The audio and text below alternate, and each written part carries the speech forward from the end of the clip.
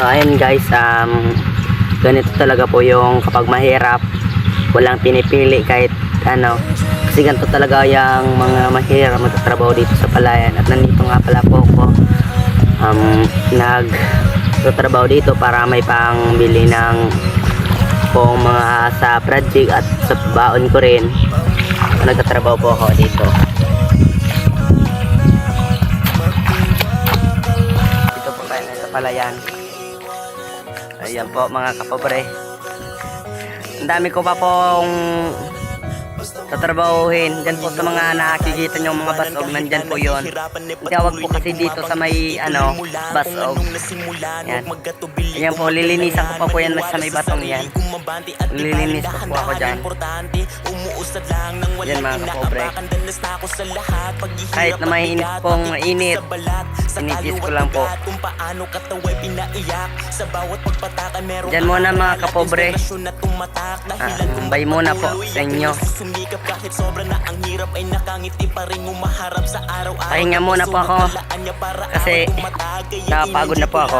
Umahon man hindi, tumama man mali, importante, problema'y hinarap mong nakangiti lang ang kahirapan. Ayan mga kapobre.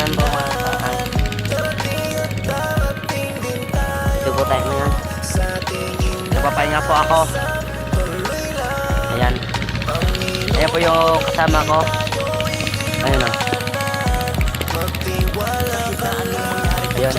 Baba man ng marami kung mahirap ay hindi yung basiyan. Sipagan at Napahinga lang po ako. Yan ay palaging tuloy lang. Napakasarap ang buhay sa simpleng pamumuhay kung saan dito tayo ay sanay. Dati pang naglalakbay sa kahirapan, pagod na ako pero tiniis ko lang at tinitiis ko lang. Lalo't merong pamilyang umaasa, nagbibigay pag-asa, nagtutulak para umabanti pa, para ituloy ko pa ang mga nasulat na at pinapangarap pa. Kahit di man sigurado, malabo man masyado ay tinutuloy-tuloy. Kahit para na akong lumalangoy sa nagbabagang kumunoy.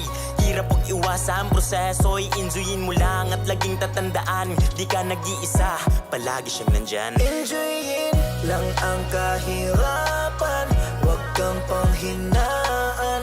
Darating at darating din tayo sa ating inaasam.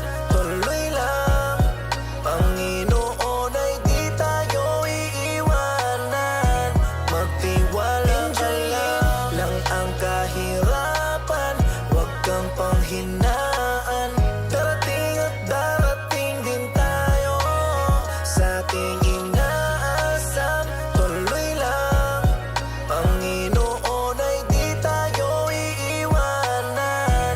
Magtiwala ka lang, di ka niya iiwanan. Basta magtiwala ka lang, di ka niya iiwanan. Basta magtiwala ka lang, di ka niya iiwanan.